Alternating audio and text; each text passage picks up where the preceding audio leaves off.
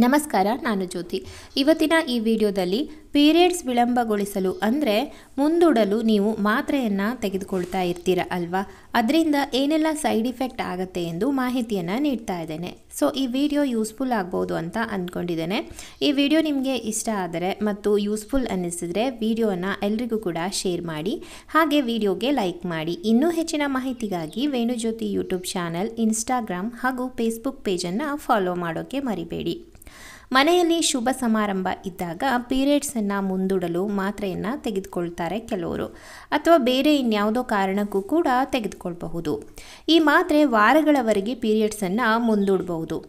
ಆದರೆ ಪೀರಿಯಡ್ಸ್ ಸಮಯದಲ್ಲಿ ಬಟ್ಟೆಗೆ ಹಾನಿ ಆಗಬಹುದು ಅಂತನೋ ಅಥವಾ ಸೆಳೆತ, ಈಗ ಹೊಟ್ಟೆ ನೋವು ಮುಂತಾದ ಸಮಸ್ಯೆಗಳನ್ನು ಎದುರಿಸಬೇಕಾಗತ್ತೆ ಅಂತನೋ ಟ್ಯಾಬ್ಲೆಟನ್ನು ತಗೊಳ್ತಾರೆ. ಅಂದರೆ ಈ ಮಾತ್ರೆಗಳು ಕೆಲವು ದಿನಗಳು ಅಥವಾ ವಾರಗಳವರೆಗೆ ಈ ಅವಧಿಯನ್ನು ಮುಂದೂಡಲು ಸಹಾಯ ಮಾಡುತ್ತೆ. ಆದರೆ ಎಷ್ಟೋ ಜನಕ್ಕೆ ಅದರಿಂದ ಉಂಟಾಗುವಂತಹ ಅಡ್ಡ ಪರಿಣಾಮಗಳು ಯಾವುದು ಎಂದು ತಿಳಿದಿಲ್ಲ. ಹಾಗಾದರೆ ಈಗ ಕೇಳಿ ಏನೆಲ್ಲ ಸೈಡ್ ಇಫೆಕ್ಟ್ಸ್ ಇದೆ ಎಂದು.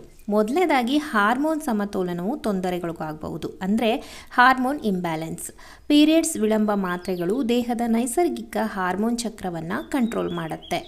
ಈಸ್ಟ್ರೋಜನ್ ಮತ್ತು ಪ್ರೊಜೆಸ್ಟರಾನ್ನಂತಹ ಹಾರ್ಮೋನುಗಳು ಮಹಿಳೆಯರ ದೇಹದಲ್ಲಿ ನಿಯಮಿತವಾಗಿ ಉತ್ಪತ್ತಿ ಆಗ್ತಾನೆ ಇರುತ್ತೆ ಮತ್ತು ಅವು ಹಾಗೆ ನಾಶವಾಗ್ತಾನೆ ಇರುತ್ತೆ.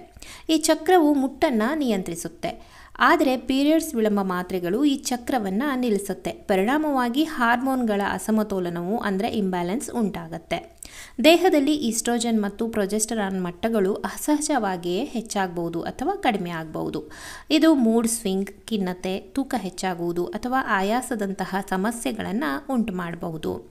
ಇನ್ನು ಎರಡನೆಯದಾಗಿ, ಅವಧಿ ವಿಳಂಬ ಮಾತ್ರೆಗಳ ದೀರ್ಘಕಾಲದ ಬಳಕೆಯು ದೇಹದಲ್ಲಿ ಹಾರ್ಮೋನ್ ಇಂಬ್ಯಾಲೆನ್ಸ್ ಮಾಡೋದ್ರಿಂದ ಇದರ ನಿರಂತರ ಸೇವನೆಯು ಅಂಡಾಶಯವನ್ನು ಹಾನಿಗೊಳಿಸುತ್ತೆ ಮತ್ತು ಅಂಡೋತ್ಪತ್ತಿ ಪ್ರಕ್ರಿಯೆಯ ಮೇಲೆ ಸಹ ಪರಿಣಾಮ ಬೀರುತ್ತೆ.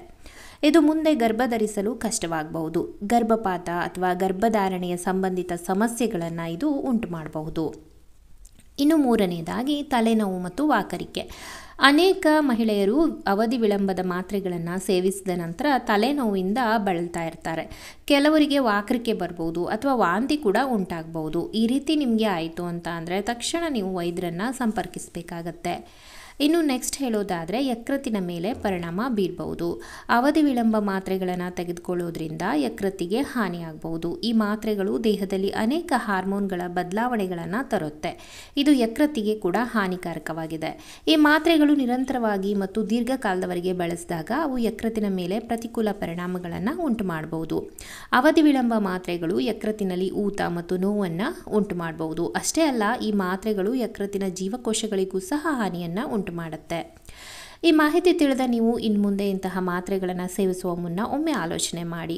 ಮದುವೆ ಆಗದ ಹೆಣ್ಣು ಮಕ್ಕಳು ಇದನ್ನು ತೆಗೆದುಕೊಳ್ಳೋದೇ ಇರುವುದು ಬೆಸ್ಟ್ ಎನ್ನುವುದು ನನ್ನ ಒಪಿನಿಯನ್ ಆಗಿದೆ, ಹಾಗೆ ಒಂದು ಸಜೆಷನ್ ಅಷ್ಟೇ. ಸೊ ಈ ಮಾಹಿತಿ ನಿಮಗೆ ಅರ್ಥ ಆಗಿದೆ ಮತ್ತು ಉಪಯುಕ್ತ ಆಗಿದೆ ಅಂತ ಅಂದ್ಕೊಂಡಿದ್ದೀನಿ. ಇನ್ನೂ ಏನಾದರೂ ಇದ್ರ ಬಗ್ಗೆ ಅನುಮಾನ ಇದ್ದರೆ ಕಾಮೆಂಟ್ ಮಾಡಿ ಅಥವಾ ಇನ್ಸ್ಟಾದಲ್ಲಿ ಮೆಸೇಜ್ ಮಾಡಿ. Thank you for watching. ಮುಂದಿನ ವಿಡಿಯೋದಲ್ಲಿ ಸಿಗೋಣ. ಬಾಯ್ ಬಾಯ್.